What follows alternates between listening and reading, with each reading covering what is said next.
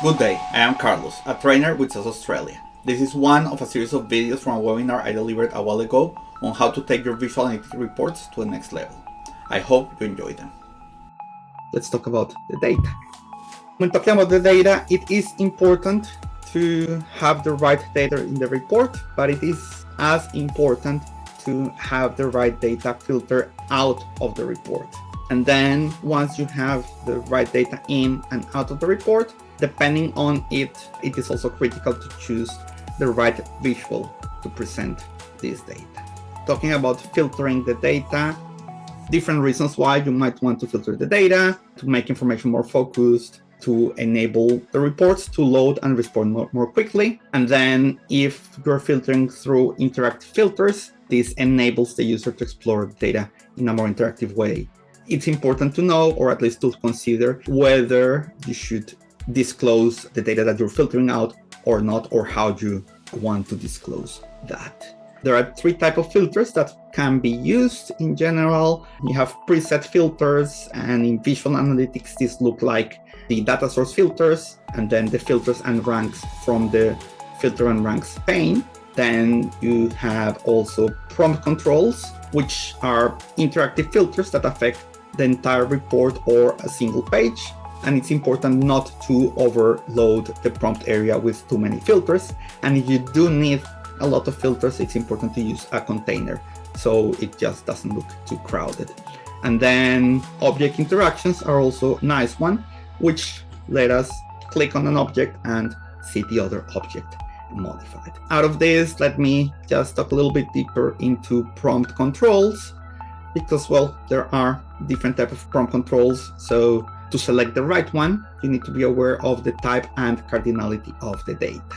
For example, the easiest one always is the auto control. That one basically automatically selects an appropriate control based on the data. But then if you want to be more specific on the controls that you use, usually use a slider for dates, for measures, either single value or range of values.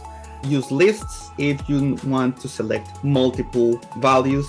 And then for selecting single category values, three controls. The first one, bottom bar, usually DL for a few distinct values. I would say up to 5 maybe, or fewer than 5. Depending on the length of the value, you could push it maybe to 6 or 7, but there will be pushing it too much. I would leave it under 5 most of the time.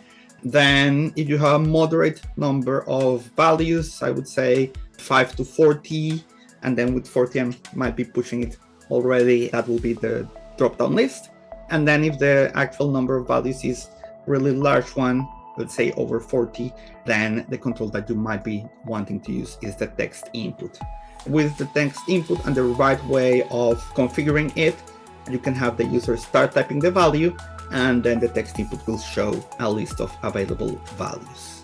This type of controls, if I go back here, this is how the bottom bar looks. And again, notice here I selected 6. So I did say up to 5, but I would push it to 6. In this case, 6 is good enough, not too large. And then once you select one of them, it just filters everything else.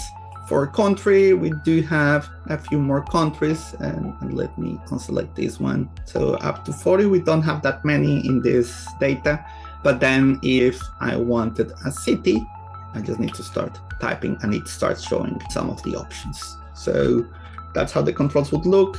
Then the other actions here, if I go to my product analysis, for example, there are interactive actions here. If I select games, notice how this one gets updated. If I select puzzle, notice how the table got updated. You can create this type of interactions. Those you would see here under actions, and you select them. And again, if you want to go deeper into how to do this, this is covered mainly on our VA1 course.